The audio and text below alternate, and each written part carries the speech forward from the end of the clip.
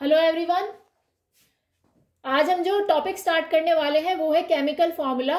और ये आपका एक टॉपिक है आपके चैप्टर एटम्स एंड मॉलिक्यूल्स के अंदर, जो कि है आपका चैप्टर नंबर 3 ऑफ केमिस्ट्री। सबसे पहले जानेंगे केमिकल फॉर्मूला क्या होता है।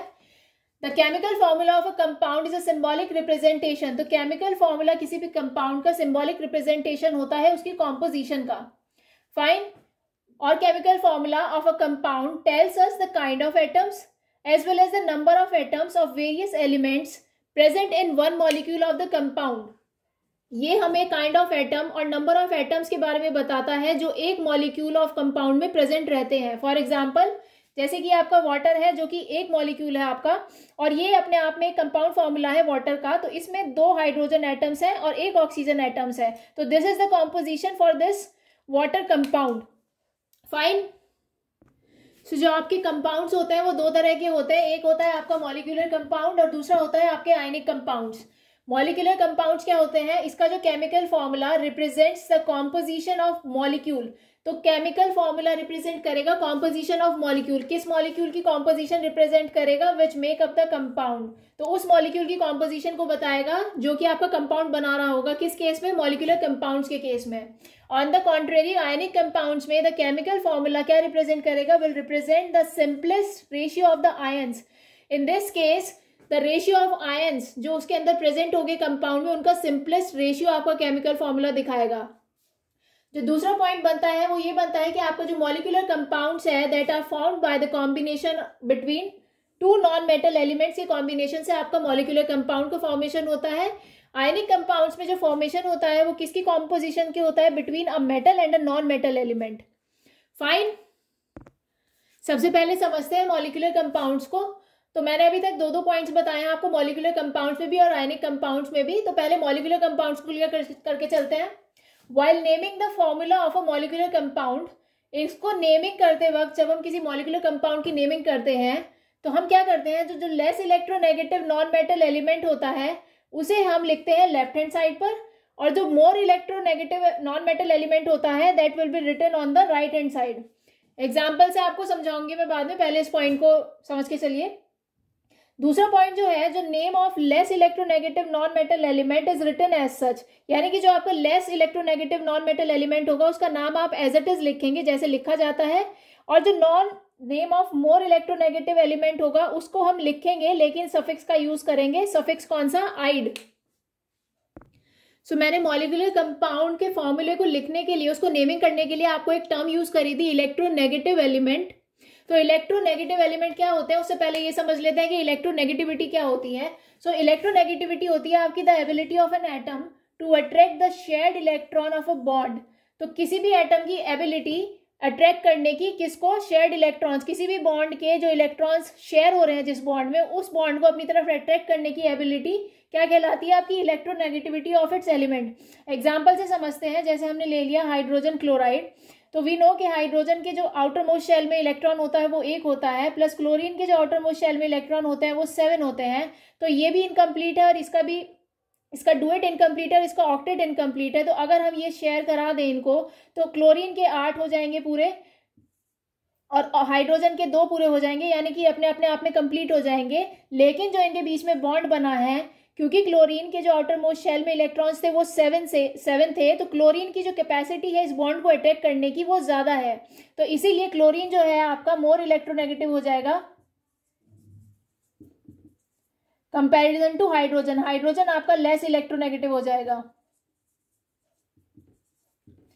फाइन। 2 एग्जाम्पल से समझते हैं मॉलिक्यूलर कंपाउंड्स को नेम कैसे किया जाता है। देखिए, एक ले रही हूं मैं HCl और एक ले रही हूं H2S। इनको नेम करने का तरीका जो मैंने आपको भी लिखवाया है, जो आपका पहला नॉन मेटल होगा जो कि लेस इलेक्ट्रोनेगेटिव होगा उसको हम हमेशा लेफ्ट साइड पे लिखेंगे, और जो हमारा मोर इलेक्ट्रोनेगेटिव होगा उसको हम राइट साइड पे लिखेंगे।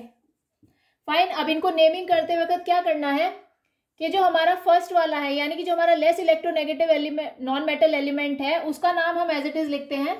तो हाइड्रोजन को हाइड्रोजन ही कहा जाता है।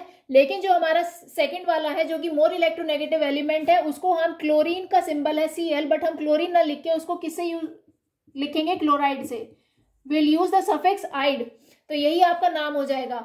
सिमिलरली जब इसमें देखेंगे तो ये आपका लेस इलेक्ट्रोनेगेटिव है, ये आपका मोर इलेक्ट्रोनेगेटिव एलिमेंट है, तो नेमिंग करते वक्त क्या होगा, हाइड्रोजन सल्फर, सल्फर का सिंबल है, लेकिन जब आप इसे नेम करेंगे तो आप इसमें क्या सफिक्स यूज करेंगे, sulphide. So this is your hydrogen sulphide. तो इस तरीके से आपको नेमिंग करनी है मॉलिक्यूलर कंपाउंड्स की।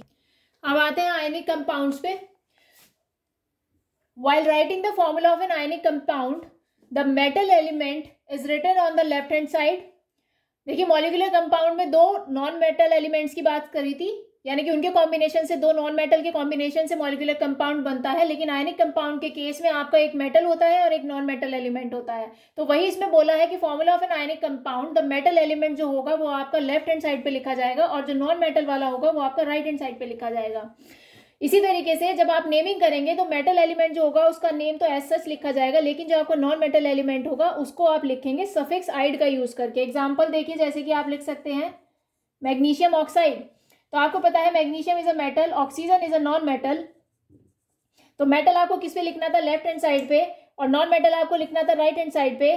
जब आप इसको नेमिंग करेंगे तो मैग्नीशियम मेटल है तो उसका नाम एज इट इज लिखा जाएगा, ऑक्सीजन नॉन मेटल है तो उसको यूज करके हम आइड का सफिक्स यूज करके उसको लिखेंगे, तो ये बन जाएगा मैग्नीशियम ऑक्साइड। इसी तरीके से आप और एग्जांपल देख सकते हैं। देखिए सोडियम मेटल है, क्लोरीन नॉन मेटल है, सोडियम को एज इट इज लिखेंगे, सोडियम क्लोरीन का हो जाएगा क्लोराइड, तो this will become sodium chloride.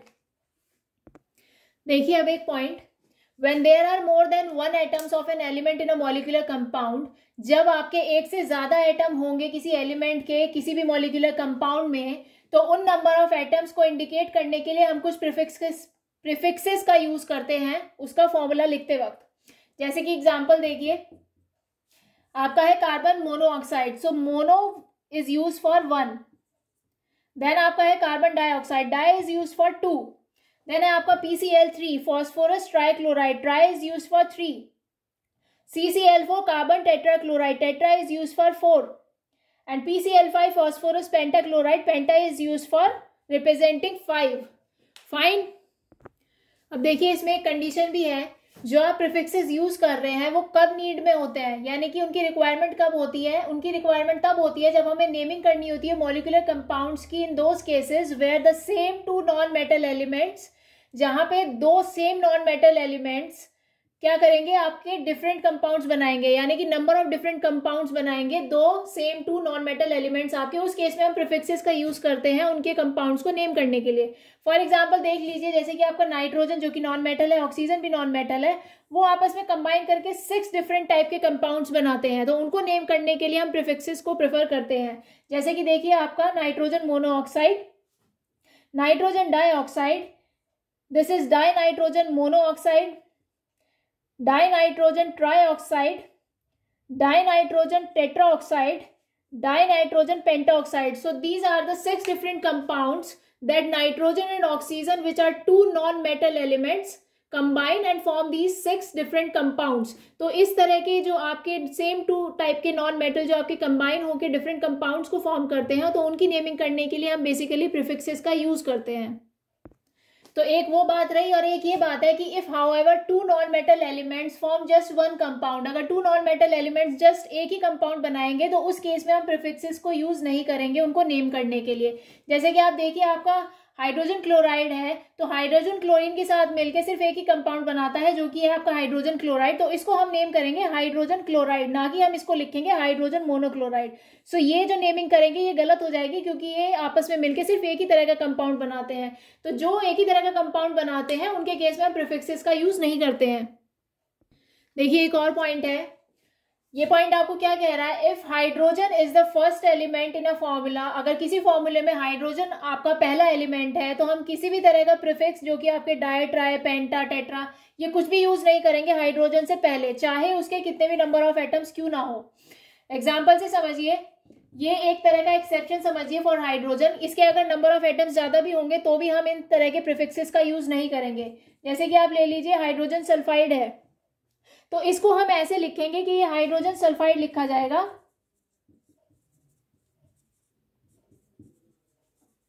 भले ही इसके 2 नंबर ऑफ एटम्स हैं, हम इसको ये नहीं लिख सकते कि डाई हाइड्रोजन सल्फाइड, हम इसको डाई हाइड्रोजन सल्फाइड नहीं लिखेंगे क्योंकि हाइड्रोजन से पहले किसी भी तरह का प्रीफिक्स यूज नहीं होगा अगर हाइड्रोजन आपका पहला एलिमेंट है उस फॉर्मूले के अंदर। फाइन। और कुछ आपके जो होते हैं मॉलिक्यूलर कंपाउंड जो होते हैं वो अपने कॉमन नेम से जाने जाते हैं, ना कि अपने साइंटिफिक नेम से। जैसे कि आप देखिए, आपका वाटर है, ये water is the common name, और इसका साइंटिफिक नेम क्या होगा? Hydrogen monoxide. This will be the scientific name. But ये वाला जो आपका कंपाउंड है ये अपने कॉमन नेम से जाना जाता है, ना कि अपने साइंटिफिक नेम से। इसी तरीके से आपका एक और होता है NH3, तो इसका कॉमन नेम होता है अमोनिया। ये अपने कॉमन नेम अमोनिया से जाना जाता है, ना कि इसका साइंटिफिक नेम जो कि है आपका नाइट्रोजन ट्राईहाइड्राइड। तो ये अपने कॉमन नेम से जाना जाता है, ना कि अपने साइंटिफिक नेम से। तो कुछ इस तरह के भी कंपाउंड होते हैं जो अपने साइंटिफिक नेम से ना जाने जाते हैं बल्कि अपने कॉमन नेम से जाने जाते हैं। तो आज की क्लास में मैं यहीं पर खत्म कर रही हूँ। नेक्स्ट क्लास में हम फॉर्मूला राइट कैसे करते हैं वो सीखेंगे। Thank you.